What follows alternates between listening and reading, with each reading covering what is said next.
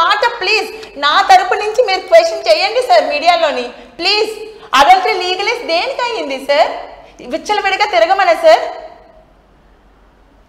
Yes నక్షత్ర, అయితే మీరు దీన్ని బేస్ చేసుకొని మీరు చెప్తున్నటువంటి హిందూ వివాహ చట్టం సోకాళ్ళు ఎథిక్స్ వాల్యూస్ అవన్నీ నిజంగా 100% పాటించదగ్గ అంశాలు మన అంటే తరతరాలుగా మనం పాటిస్తూ వస్తున్నాం. సో దీన్ని మీరేమైనా ఇప్పుడు మీకు ఎదురైన అనుభవం దృష్ట్యా మీరు చెప్తున్నటువంటి వేలాది మంది లక్షలాది మంది దీనంతా ఫేస్ చేస్తున్నారు కాబట్టి మీ కేసు దృష్ట్యా మీరు స్వయంగా అనుభవించిన ఈ బాధ దృష్ట్యా మీరు దీన్ని ఏమైనా ఛాలెంజ్ చేయబోతారా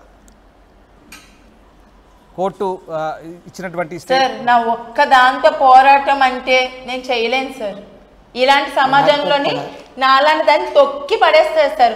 ఒక్క వాయిస్ తోని సమాజాన్ని కానీ కోర్టుని కానీ మార్చలేను సార్. ఏ చట్టం ఒప్పుకుంది సార్ అడల్టరీ లీగల్ అని చెప్పి? నాతో పాటు ఒక 10 వాయిస్లు రేస్ అయితే కదా సార్ నా వాయిస్ రేస్ అయ్యింది వినిపిస్తుంది మీ వరకు? నా గొంతు ఒక్కటి వినిపిస్తుందా సార్ సుప్రీంకోర్టు దాకా? సార్ పోనీ ఒక్కటి మీరు మీడియాలో కూర్చున్నారు కాబట్టి మీరు చెప్పండి, అడల్టరీ లీగల్ వల్ల ఏమైనా బెనిఫిట్స్ ఉన్నాయా? బెనిఫిట్స్ కాదు సార్, 100 మంది చావులకు కారణం అవుతుంది ఆ ఒక్క తీర్పు. ఆ ఒక్క తీర్పు కొన్ని కోట్ల ఆడపిల్లలు ఉసురు తగిలి ఆ కోట్ల ఆడపిల్లలు సకానికి కలిసి సూసైడ్ చేసుకుని చచ్చిపోతున్నారు సార్. నాలా బయటకు వచ్చే వాళ్ళు కొంతమంది, నాకు పేరెంట్స్ సపోర్ట్ లేకపోతే నేను చావాలి, మీడియా సపోర్ట్ లేకపోతే నేను చావాలి సార్. ఆ రెండు ఇప్పుడు తల్లిదండ్రులు స్ట్రాంగ్గా లేరు అనుకోండి, ఆ ఆడపిల్ల పరిస్థితి ఏంటి సార్? భర్త చేసిన అరాచకాన్ని ఇలా చూడాలా సార్? నక్షత్ర, ఇప్పుడు మీరు నిన్న ఎప్పుడైతే మీరు బయటకు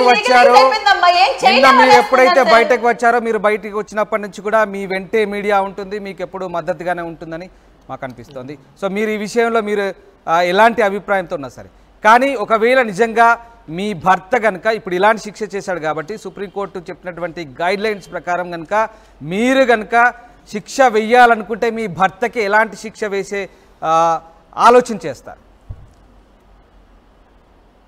సార్? ఇలాంటి కామాంధుల్ని ఈ రోజు శిక్షించకుండా వదిలేస్తే రేపు వీళ్ళు రేపిస్టుల కింద తయారయ్యి ఎంతమంది జీవితాలు నాశనం చేస్తారంటే మార్క్ మై వర్డ్స్ సార్. ఇది జరగకపోతే అప్పుడు చెప్పండి.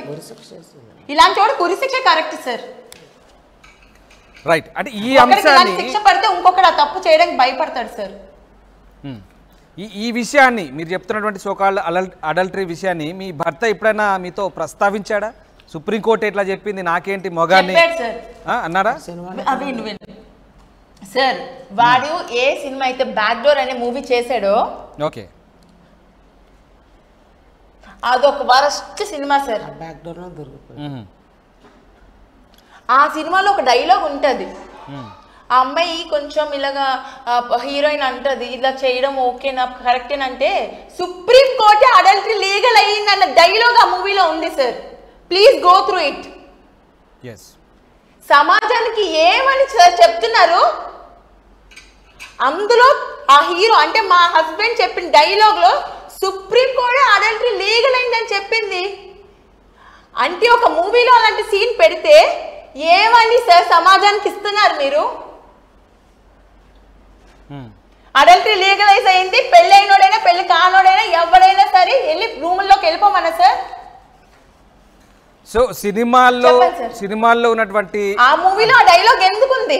రైట్, సో అది నిజ జీవితంలో ఫాలో అవడానికే తేజ ట్రై చేశాడంటారు. చేశాడు కాదు చేశాడంటారు డైరెక్ట్. ఆడు బుద్ధి ముందు నుంచి అంతే సార్. మూవీ మొన్న తీసాడు, బుద్ధి ముందు నుంచి అదే కదా.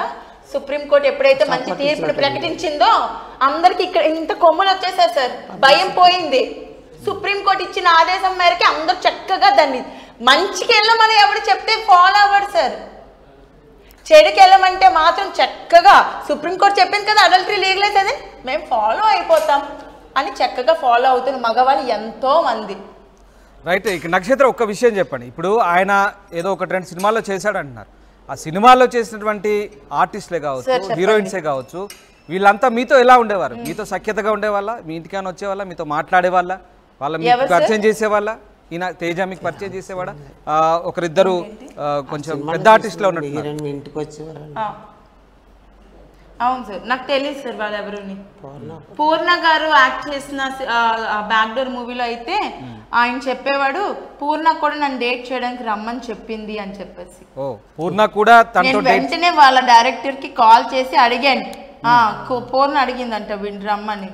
వాచిపోయింది పూర్ణ. మరి వెంటనే వాళ్ళ డైరెక్టర్ కాల్ చేసి అడిగాను సార్, ఏంటి సార్ ఇలా జరుగుతుందంటే, మీ ఆయన ప్రతి ఒక్కరితో అలాగే మాట్లాడతాడమ్మా, అవి నువ్వు పట్టించుకోక, పూర్ణ గారు అలాంటి వారు కాదని చెప్పారు.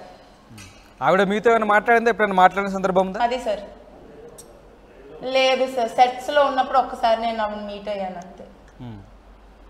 సో ఆయన అంటే ఆ సెట్స్ లో మాట్లాడినప్పుడు ఎలాంటి మాటలు మాట్లాడుకున్నారు మీరిద్దరు? అంటే జనరల్ గా యూజువల్ గా మామూలు మాటలే మాట్లాడుకున్నారా, లేకుంటే మీ భర్తకు సంబంధించిన వ్యవహారం? ఆవిడ ఒక హీరోయిన్ సార్, తనకు ఒక క్యాడర్ ఉంది, తన పని ఏదో తను చేసుకెళ్ళిపోయేది, తను షూట్ కి షార్ట్ అంటే వచ్చారు వెళ్ళిపోయేవారు అంతే. నేను చూసిన సీన్స్ అయితే అవే. ఈ అబ్బాయితో వచ్చి కూర్చొని మాట్లాడాలి అట్లాంటివి ఎప్పుడు నేను ఆ సీన్స్ ఏం చూడలేదు.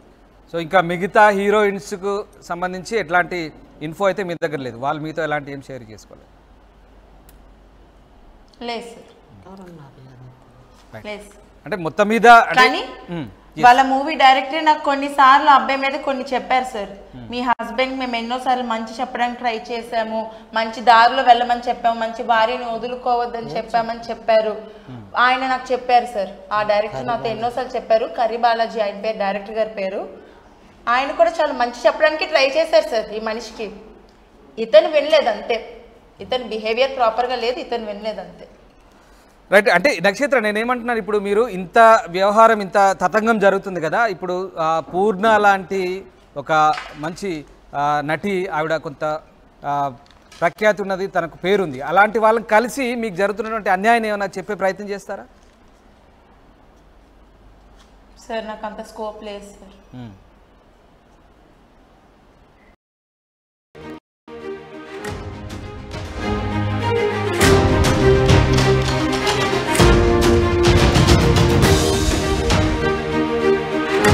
విశాఖ మిస్ వైజాగ్ నక్షత్ర కేసులో ట్విస్టులు కొనసాగుతున్నాయి. తన భర్త ఎప్పుడు ఎక్కడ ఉన్నాడో చెప్పాలంటుంది నక్షత్ర. నిన్న తన భర్త సాయితేజ వేరే అమ్మాయితో ఉండగా రెడ్ హ్యాండెడ్గా పట్టుకుంది నక్షత్ర.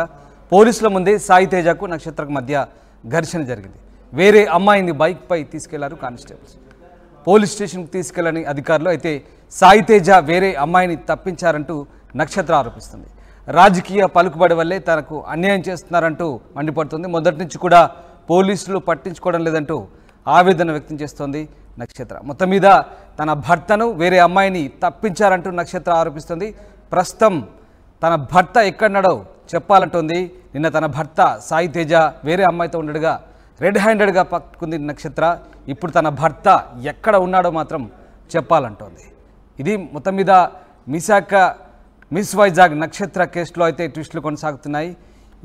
మనతో పాటు నక్షత్ర ఉన్నారు. ప్రస్తుతం నక్షత్ర ఉన్నారు విశాఖ స్టూడియో నుంచి, ప్రస్తుతం మనతో లైవ్లో అందుబాటులో ఉన్నారు. నమస్తే.